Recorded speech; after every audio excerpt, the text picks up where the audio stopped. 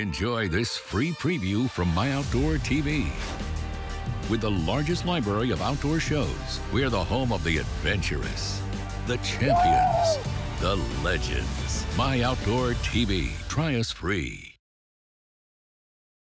Closed captioning is provided by Ren and Ivy Sporting and Travel Gear. For those who live a life without compromise. Ren and Ivy, leave a legacy. It's one of the coldest places on Earth. It's the largest island in the world, and the fact that it's mostly covered in ice gives its name a twist of irony. It's called Greenland. The muskox is very important for us. But for the people that live here, Greenland is about so much more than the cold. Incredible history, beautiful wildlife, and a cultural tradition as deep as the ice that covers this island. And as I found out on my journey to Greenland, that ice is pretty darn deep. So how deep is this ice anyway? Around that deep. Yes. Well, Nick, how you doing back there? Woohoo! Frankie, rifles and shotguns with the fit and balance that you want. On the range or in the field, Frankie feels right.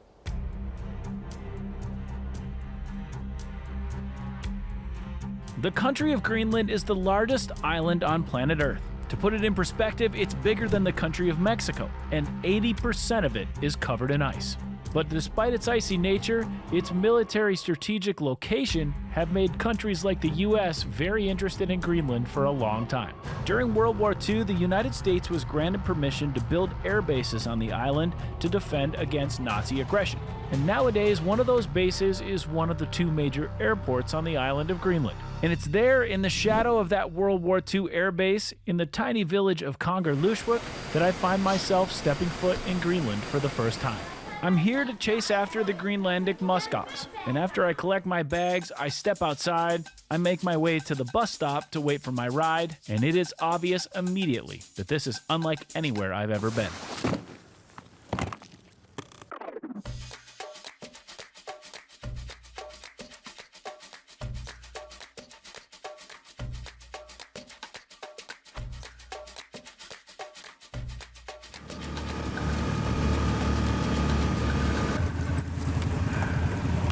All right.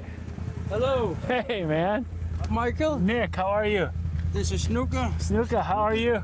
and Julie. Hi, Julie. How are you? Welcome to Greenland. Welcome to Greenland is right. What happens now? Now we go to camp. It's a 1.5 hour drive, around 40 kilometers. On these? On these, yeah. Yeah, it's around 40 kilometers. I don't know in miles, Yeah. but 40 kilometers around. Okay. Yep. I grew up in Minnesota, so I'm no stranger to the cold. So the basic premise of what we're about to do isn't that foreign to me. But about 5 minutes after leaving civilization behind, it became abundantly clear that this was not the snowmobiling that I was used to back home. This felt a lot more like I was an astronaut on a moon rover, and I loved every second of it. After an hour and a half of our Greenlandic moon expedition, we finally arrive in camp. And for me, it was love at first sight. I'm going to be honest with you, I have been here not even 5 minutes yet, and I'm already realizing that this is, without a doubt, one of the most unique hunts I've ever been on. I just took a four-wheeler across a frozen lake. I'm staying in this beautiful little cabin here. And speaking of unique, one of the most unique animals on the entire planet that I've been wanting to hunt my whole life is somewhere in these hills. And also, I've been wearing ski goggles for an hour and a half. That's unique. I'm nearly speechless, and that's also unique. A lot of unique shit happening right now.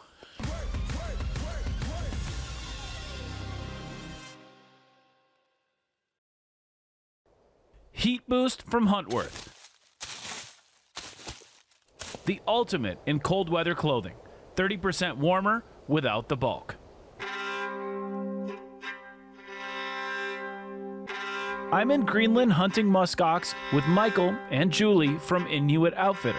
They've been the premier outfitter in this area since Michael's father, Mateus, started guiding hunters here over 30 years ago. Now he's handed the torch to his son, Michael, who at 29 years old recently bought the business from his father. Now, in case you haven't figured it out, it's obvious that most of Greenland is not very green at all. In fact, 80% of the world's largest island is covered in a sheet of ice 3 times the size of Texas. So what's with all this blatant false advertising?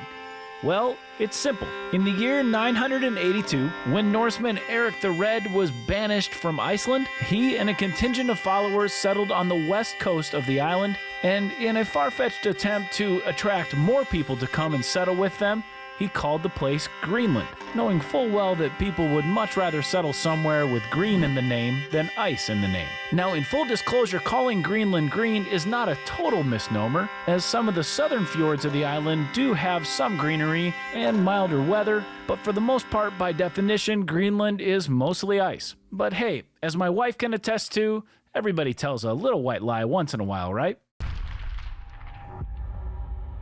It's amazing to me that anything can survive, let alone thrive, in the harsh conditions of Greenland. But there are 2 native animals that have traditionally been hunted here for thousands of years: the caribou and the muskox.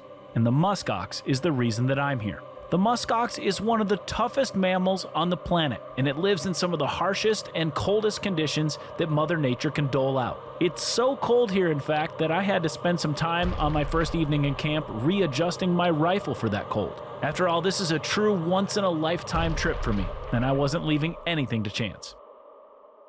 And once I'm finished with that, as the moon begins to rise, I head inside to warm up with some traditional Greenlandic food. Oh my God, this smells amazing. This is muskox. We normally serve it to our guests so they can get a real Greenlandic meal. The fat does give the textures for the soup, so when we have been out at the cold the whole day, it gets us warm again, so it's very good. It's all about the fat. It's all about fat, yes. So when you're out there in the 30 below weather, you're thinking about this right here. Yes. Potatoes, rice, onions, and a little bit of muskox all thrown together in a pot.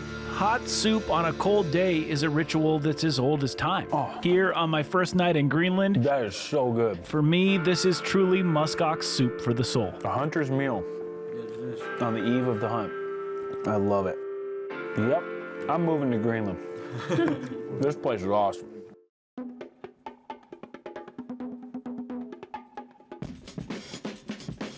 Hey, dude. Hello. Good morning. Morning. Are you ready? I am ready. No, you need this jacket. This is sealskin, traditional hunting gear for local people. Really? Yeah. It will protect you from the cold today. When we will drive on the ATVs, it will be a little cold, and this will be perfect. And like you said, this is traditional too, right? So Greenlandic people have been hunting in sealskin for many years. Many years. Many years, yes. Okay, I'm honored. Thank Good, you. Good. Try it on. Here goes nothing. Inuit people have been relying on seals for their survival for thousands of years. The seals are abundant here, and their meat provides food, and their skins provide crucial protection from the cold, both in the form of shelter and clothing. The Inuits and the Greenlandic people are some of the toughest humans to ever walk the earth, and to get a taste of walking in their ancient footsteps for just a minute is nothing short of an honor. I instantly feel like more of a badass. How do I look? Do I look like a badass? You look like a badass. He's just saying that. The muskox have always been in Greenland, but not always here. Their traditional ranges are on the northeast side of the island, but the ice cap kept them from migrating to the west side. Then in the 1960s, 27 of those northeastern muskox were brought here to the west side, and by the early 1990s, those 27 had turned into a self-sustaining, huntable population. And Nuka, one of our guides, was there in those early days with Michael's father. And I wish I could speak his language so I could tell him how cool that is, but apparently I don't even properly know how to say hello. I wish I could say something to him in Greenlandic, but I got nothing. How do I say hello in Greenlandic? Hello. Hello? Hello. Hello. Welcome back. Now I feel stupid. It's literally hello. Huntworth Clothing.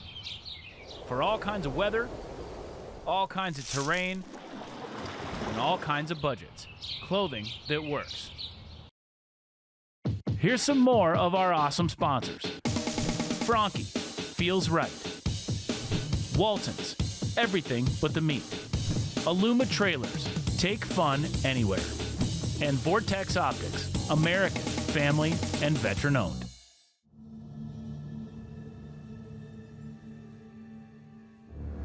It's time to leave the warmth of camp and set out over the ice on my first day ever of hunting for muskox. And we do it from the relative comfort of four-wheelers. But traditionally, and not so long ago, this hunt would have only happened on a dog sled. And as cool as that sounds, I am admittedly grateful for these four-wheelers because you can certainly go further and faster and hunt longer on these things. For the next several hours, we drive and we glass, and then we drive and we glass. And then finally, I get my first look at a Greenlandic muskox in the wild. Oh my God, they're incredible.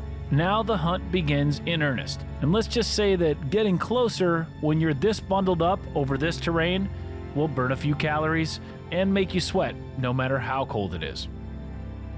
After a while, we were just a few hundred yards away from these amazing animals. And as I got my first close-up look at them, I was absolutely blown away at their beauty. And it's a moment that I will never forget. They're all too young. They're all too young, yes. They're some of the most magnificent animals I've ever seen in my life. I mean, they literally look like they're something straight out of Star Wars. In fact, I'm almost positive that George Lucas used one of these to inspire one of his characters because they look like, I feel like we're on Mars right now.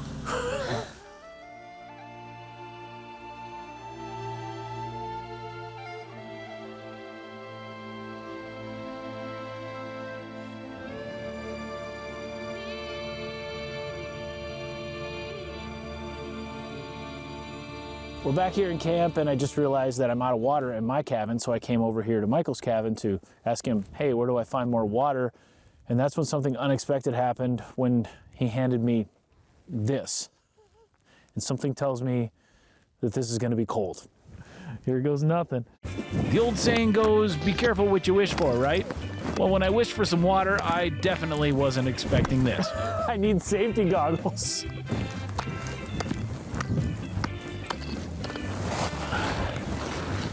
I'm actually starting to get the hang of this now.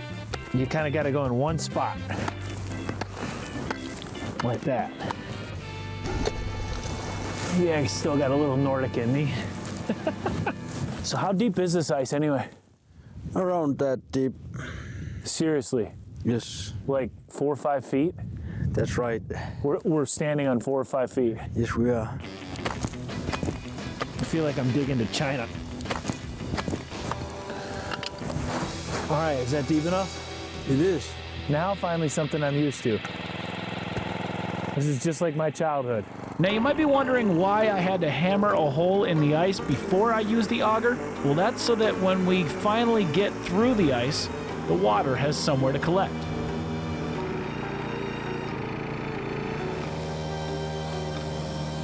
There it is. Woohoo! We've struck gold. Well, there's only one thing left to do. It's to get my own drink. Right from the source.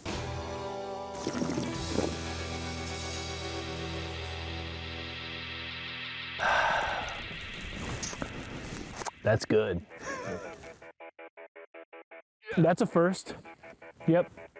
There's a first time for everything. Now that I have ensured everyone's survival and that we will all be properly hydrated, we head back into the lodge to warm up, and I get a chance to sit down with Michael and his father to learn more about the heartwarming traditions that surround this place. You grew up here, Yes, so some of your earliest memories are right here in this cabin. I have been here since I was 2 years old, so I have been messing around, running around, hurting myself, running around out here. So it's coming natural to me because To take it over. and I have seen everything from childhood, being outside and also be in the kitchen and when my mom's cooking and be around everybody, the guides also, so it has been a big part of my life. I have been a lot of interesting places, a lot of interesting hunts, but this place is special. To you, what is the most special thing about Greenland? Nuna allanu ungasisluta immikkuullarилluta tastaanna peqqinnernerpaa taalu pingortitami inuppassuunata angalaarsinnaalta tarninua ima peqqinnertorussuami taanna tastaanna immikkuullarassu taamam kalaallunaani uaallarsinnaangila nalunginnak nunani allini pinaviarnahu taan. Well, I can tell you I've only been in Greenland for less than a week, and it makes my soul feel full. I don't want to leave. Can I just move here with you? Can I come live with you? Check out our awesome sponsors. Franke, feels right. SCI, first for hunters. Federal Premium Ammunition, every shot counts. And Founding Fathers Coffee, great coffee for a great cause. It's my third day of hunting in and experiencing the culture of Greenland. And as we set out once more from camp, I'm starting to not only adjust to the extreme cold here, but I'm definitely settling into the routine of how muskox are hunted here. It's done with a laid-back, slow, yet deliberate, methodical pace that I have to assume feels very similar to what it must have felt like when these very men would hunt these muskox using dog sleds not so many years ago, the same way that their ancestors have done for thousands of years. For as big as the muskox is, it's amazing how well they can hide and blend in this fairly open terrain. Sometimes they're hard to find, but this morning we get lucky and we find a lone bull less than a mile from camp. But we're downwind. We're gonna try and maybe see if we can't get a little closer for a look. I have no idea what kind of bull he is, but oftentimes when they're by themselves like that, that's a good sign. Old, mature guy. Grandpa, muskox.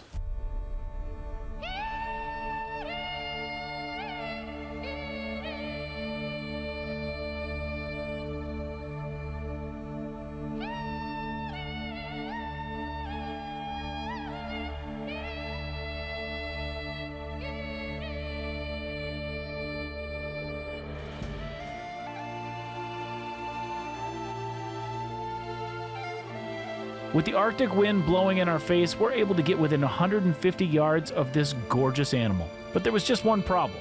It turns out that he is a she. Oh, that's a female. I mean, don't get me wrong. I'm a fan of the females, just not in this case. As the day ground on and my toes got more numb, we put on countless miles and glassed every mountainside. We were definitely seeing a lot of muskox, but we weren't finding that big mature bull that we had been looking for. Then, as we had turned around and we were making our way back to camp, Michael spotted a small herd of muskox above a lake in a meadow. And before long, we were headed out on foot to begin a stalk.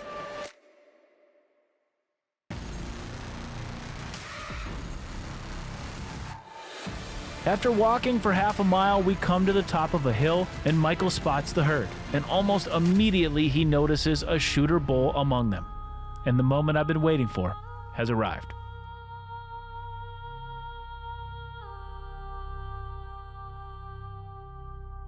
Our setup is perfect. The wind is in our face and we have managed to slip in to about 100 yards undetected.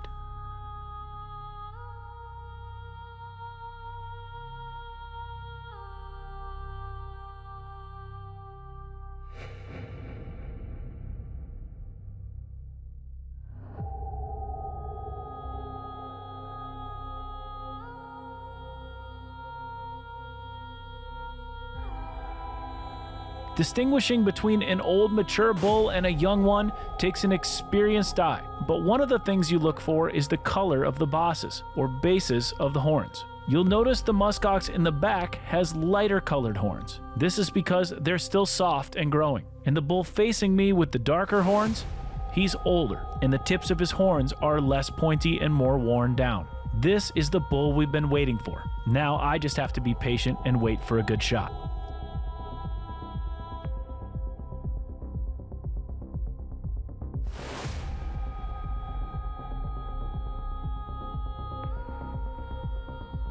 Okay, he's turning right there. Yep.